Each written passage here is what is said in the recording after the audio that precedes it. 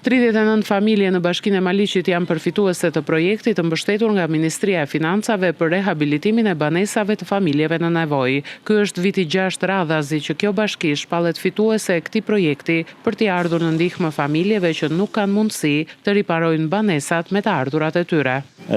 Bashkia Maliq për të 6 vite radhazi e shpallur përfituese e projektit për mirësimin e banesave ekzistuese për familjet në nevojë. Aktualisht punimet kanë filluar, janë 39 familje të cilat do përfitojnë për mirësimin e kushteve të strehimit, kryesisht në riparimin e çative, tavane, dyert dritare në bazë të nevojave që ka banesa.